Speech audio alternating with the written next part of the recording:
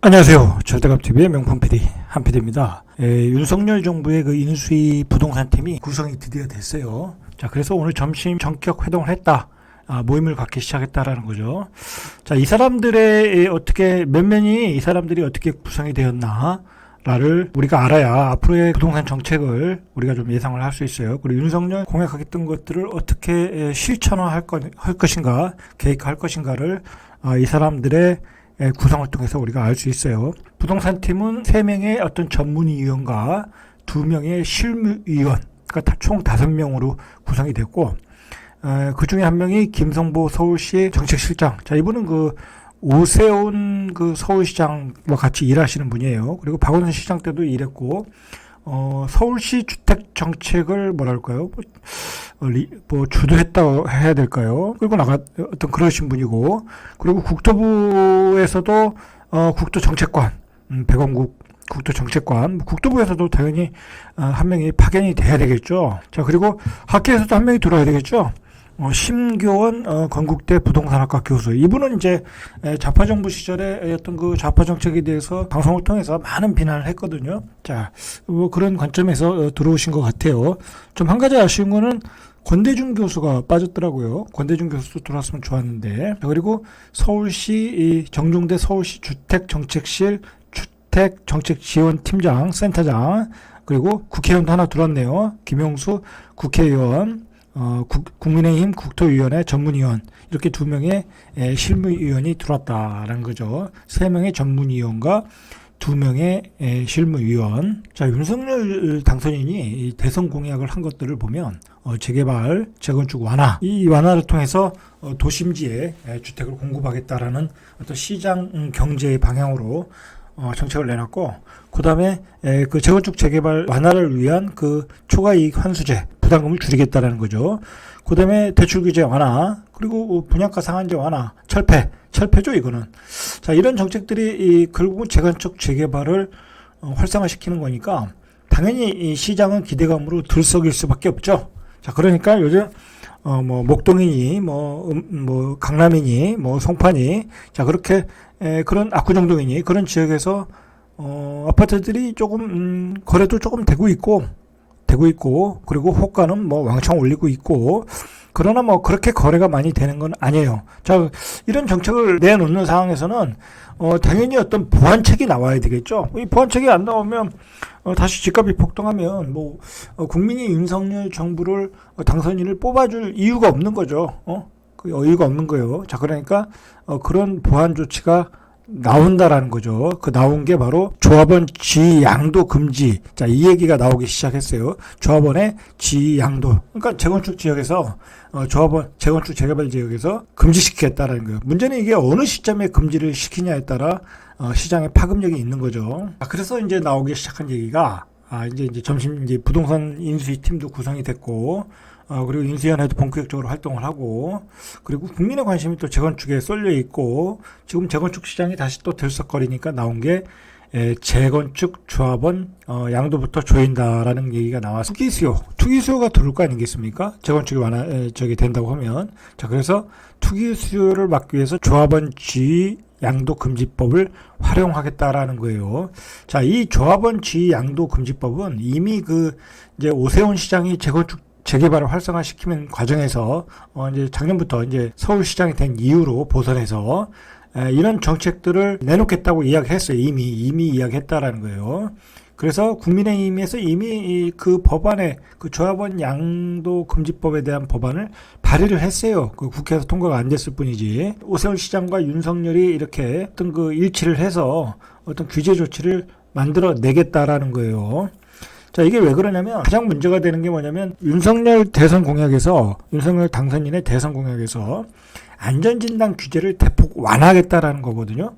자, 안전진단 규제를 완화하겠다라는 건 앞으로 재건축 재개발을 시작하겠다라는 거예요. 그러면 앞으로 여기는 재건축이 되겠네 하면 집값이 그 단계에서 가장 많이 오르는 단계예요. 그게 가장 많이 오르는 단계 중에 하나이다. 당연히 이제 투기 수요가 들어오니까 조합원 지위 양도 금지라는 장치를 만들겠다라는 얘기예요. 기존에는 좀 복잡한데 일단은 간단하게 설명하면 조합 설립 후에 조합원 양도 금지가 되는 거예요. 기존의 법은. 자, 근데 그걸 앞당기겠다라는 거예요.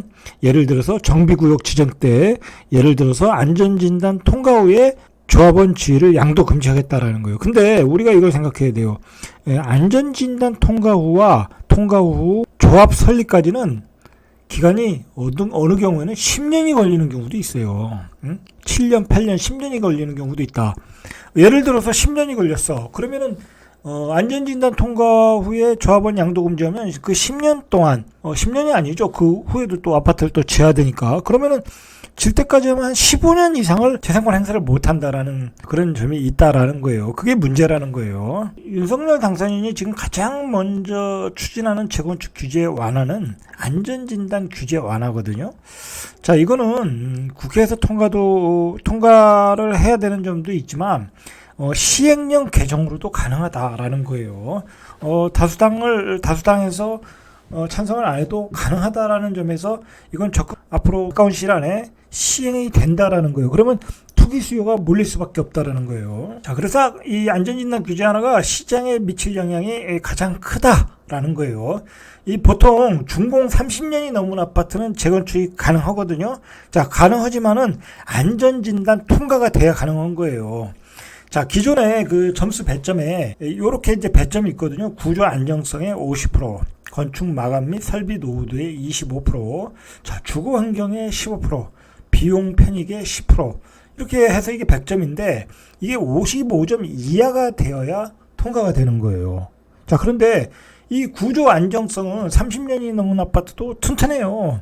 그 콘크리트, 철근, 뭐가 문제가 되겠어요? 문제가 없단 말이에요. 어디서 문제가 되냐? 건축 마감 및 설비 노후도, 그리고 주거 환경, 이런 데서 많이 떨어지겠죠. 그러니까 이런 데에서 점수를 높여줘야, 안전진단 통과가 되는데, 이 구조 안정성 50%로 놓으면은, 통과가 쉽지 않다. 자, 이게 문재인 정부가 이게 바꿔놓은 거예요. 문재인 정부가 이게 재건축이 집값을 자극하자 구조 안정성 점수 비중을 높여놨다라는 거예요. 이게 참 문제예요. 이게 이런 게 쌓여서 결국은 자꾸 집값이 올라갔던 거야. 서울 도심에 있는 재건축의 아파트들이 계속 올랐던 거예요. 왜냐면 빨리빨리 지어서 공급을 했어야 되는데, 이게 왜 그러냐면 이게 또 재건축이 되고 그러면 또 집값이 올라간다고 생각을 하거든요. 그 집값이 올라가면 그 옆에 집값도 올라가고 주변이 다 개발이 되잖아요.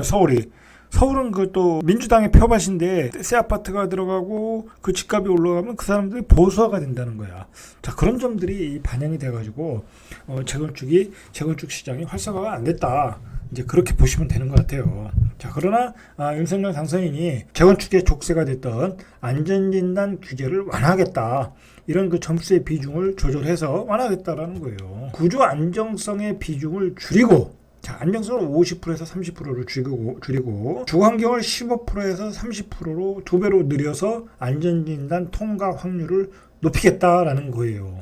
그렇지 않겠습니까? 지금 재건축이 추진되는 목동, 상계동에 그 주거 환경이 안 좋을 수밖에 없잖아요. 그럼 거기서 이제 그것이 비중이 높으니까 그것을 통해서 통과가 될 가능성을 높이겠다라는 거예요. 자, 이렇게 되면 어느 지역들이 과연 피해를 보냐, 혜택을 보느냐, 양천구, 목동과 노원구, 상계동이라는 거죠. 이제 강남은 안전진단 통과가 된 곳은 많으니까 안전진단 통과가 많고, 안전진단 통과가 안 된 양천구, 목동과 노원구, 상계동에서 아무래도 이런 호재가 먹힐 가능성이 있다라는 거예요. 규제 완화는 바로 시행령 개정만으로도 가능하다. 자, 그래서 22일 정치권과 서울시, 지금 서울시하고 정치권하고 계속 협의 중인 거예요. 그래서 전문위원으로 친오세훈계의 김성배 씨가 부동산 전문위원으로 들어온 거예요. 그런 맥락으로 들어왔다라고 보시면 돼요. 자, 그래서 윤석열 1호 부동산 정책으로 재건축 완화 중에 바로 안전진단 규정의 완화, 자, 그게 나올 가능성이 높다라고 지금 보고 있고, 자, 그게 높으니까 이 목동, 상계동의 어떤 집값이 움직일 수 있다. 자, 그거에 대한 보완 조치가 바로 조합원 지위 양도 금지라는 거예요. 자, 그래서 이 오세훈이 추천한 인수위 김성부 조합원 지위 양도 금지법은 아무래도 통과가 될 것이고, 이 시장 안정 대책을 못 내놓으면 또 서울 집값은 부장이 될 수 있다라는 거예요. 만약에 이 안전진 되면은 안전진단 통과 완화가 된다고 하면 정말로 목동 상계동은 또 한번 들썩일 수 있어요. 그거는 뭐 사실이에요. 자, 그러니까 보완 대책을 준비하고 있다라는 거예요. 자, 현재 재건축은 조합 설립 후에 재개발은 관리 처분 인가 이후부터 조합원 지위를 양도할 수 없게 되어 있는데, 자, 이를 안전진단 통과 후 정비구역 지정으로 대폭 앞당기겠다라는 계획을 인수위에서 생각하고 있다라는 거예요. 자, 이렇게 되면 재건축 아파트에 쏠리는 투기 수요를 조기 차단할 수 있다라는 거죠. 그러니까 뭐 안전진단 통과 후에 만약에 해버리면 뭐 사실상 재건축 재개발의 아파트는 살 수가 없는 거야. 뭐 그 뒤로 한 10년 이후에 새 아파트가 들어서기 때문에 새 아파트 들어선 다음에 살 수 있다라는 거예요. 그러니까 아예 막아버리겠다라는 거예요. 사실은 작년에 이미 법안이 발의 중이에요. 뭐 이거는 뭐 이런 법안은 이미 발의 중이에요. 뭐 이거 자체가 민주당에서 반대할 수 있는 법안은 아니니까 재산권 침해에 대한 문제가 있다 보니까 발의가 됐지만 통과를 못 시키고 있다라는 거예요. 이것도 시장 경제에 반하는 정책이 아니냐라고 얘기할 수 있죠. 그렇지 않겠습니까? 뭐 사고 싶은 사람이 못 사게 하는 거니까. 자, 그런 점을 또 윤석열 당선인 그리고 이 보수 정부는 또 보완을 해야 되겠죠. 자, 그러니까 안전진단을 통과한 모든 재건축 단지에 무조건 조합원 지위 양도 금지가 적용되는 것은 아니다라는 거예요. 미리 이런 게 이제 유연성이죠, 유연성. 자, 그래서 매매 거래량 뭐 그리고 투기적 수요가 유입되는 곳 뭐 그런 것을 고려해서 서울시장이나 국토부 장관이 단지별로 선별 지정하도록 하겠다라는 거예요.